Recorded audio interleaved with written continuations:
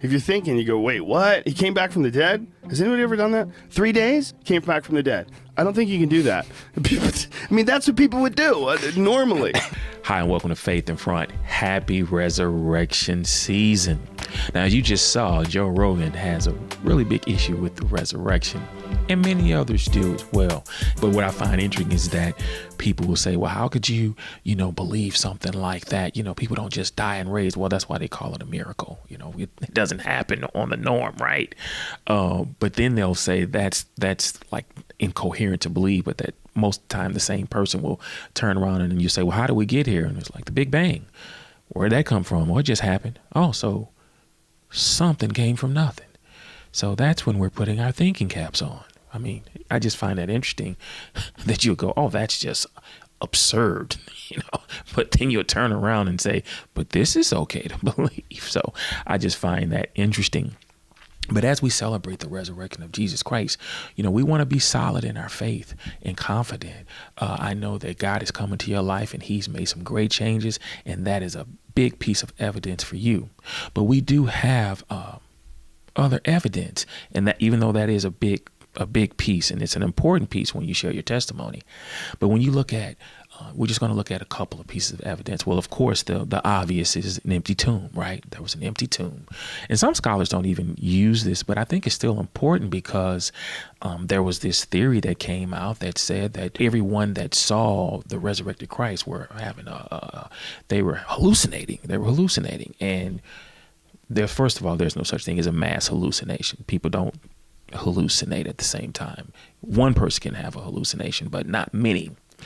But the interesting thing is well, if everyone was just hallucinating, then all you got to do is just take them back to the tomb and say, there he is. You all thought you saw something. So I think that the empty tomb even helps with disproving this theory that came out that everyone was hallucinating, if you will. So the empty tomb is important. And when you look at Matthew, when we look at that and we start at the 12th verse, because, people say, well, it was empty because they stole a body.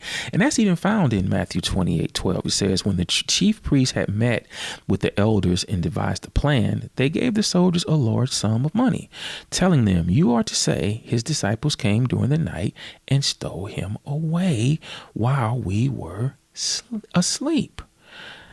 Okay, so now they're admitting that the tomb is empty. They're actually confirming that piece of evidence because they're trying to come up with a plan of why it was empty.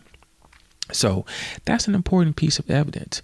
You also have what they call embarrassing evidence. And you say, what embarrassing evidence? Well, if someone's going to make up a lie, they're not going to lie and just make themselves look bad. You normally lie to make yourself look good. So even when you look at the top, the first verse of Matthew 28, it says, after the Sabbath at dawn on the first day of the week, Mary Magdalene and the other Mary, and I believe there were other women as well, but in some gospels give more detail than other. Some people like to say it's a contradiction over here. It says there's women and there's over. Some give more detail, some give less. That's not a contradiction. Okay. It says, and the other Mary went and looked at the tomb. So we see that the women arrived there first. Now, if I'm making up a lie, why am I going to have the women get there first? The women, the guys, we're off shaking in our sandals somewhere. I don't think I can say boots. I don't think boots was out then. So, the guys are off somewhere shaking in their sandals. The women got there first. Okay. They were the brave ones. No, if I'm making up a lie, we got to the tomb first. And you also have to remember, during that time, a woman's testimony wasn't even admissible in court.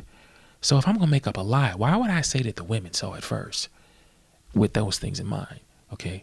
But that's what we see with this embarrassing, if the Bible and these stories are just a lie, we see that Peter denied Jesus 3 times. No. If I'm lying, I'm not putting that in there.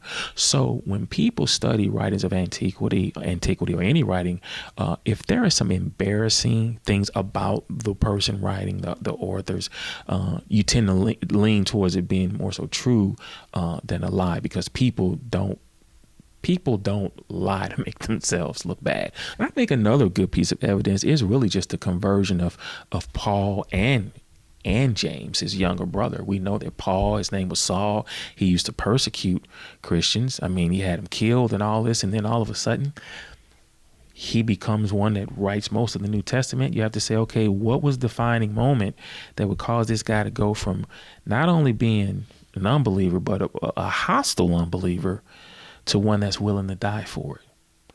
Okay, so we see this conversion of him, and then we know that Jesus' younger brother James, he thought his brother was crazy.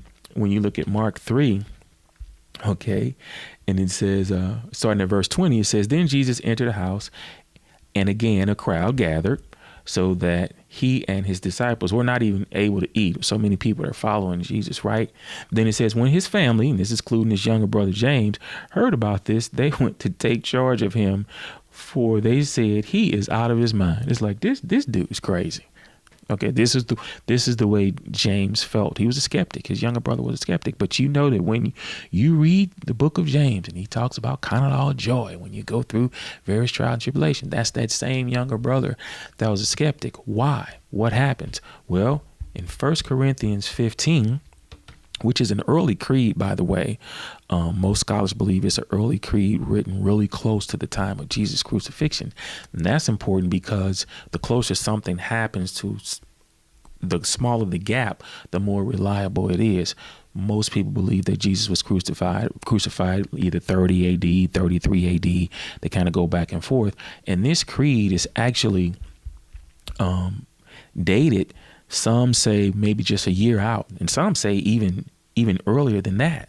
And so when you look at 1 Corinthians 15:3, it says, "For I pass on to you as of most important that I also receive that Christ died for our sins according to the scriptures, that he was buried, that he was raised on the third day according to the scriptures, and that he appeared to Cephas, Peter, then the 12. Then he appeared to the other 500 brothers and sisters at one time. Most of them are still alive, but some have fallen asleep or have died. Then he appeared to James, as the younger brother, then to all the other apostles." And we know that Paul met Jesus on the Damascus Road, right? So you got James a skeptic, you've got Peter, a hostile persecutor of the saints. They both become followers of Jesus Christ. Why? Because of the resurrection. These are just some things to think about. And then lastly, excruciating evidence. Why we say excruciating? Because these guys were willing to die. Here it is. You got Paul that goes from persecuting, being hostile, to being willing to die. You have James, who's a skeptic, who's willing to die. I believe John is the one we know that did not die a martyr. But people don't die for something they know is not true. People don't do that. Now, you might die for a lie that you didn't know was a lie. You might do that, but people don't die for a known lie. I'm gonna make this lie up and I know it's gonna kill me. We just don't do that, right? So we have these pieces of evidence that we look back and we say, that's reasonable. That these guys would die, they would die because they really believed. I saw him. And as I said before, I know another big piece of evidence is the change in your life since you became a follower of Jesus Christ. And please, by all means, share that with people. But you might be talking to a skeptic that will say, well, Malcolm X, he became Muslim. His life turned around. Good point. So you can share these other pieces of evidence, in the early eyewitness testimony of these guys. The eyewitness testimony was early. And so when the earlier eyewitness testimony is, the more reliable. And so these are some things you can think about when you think about why do we believe the resurrection? So once again, happy resurrection season. Keep your faith in front.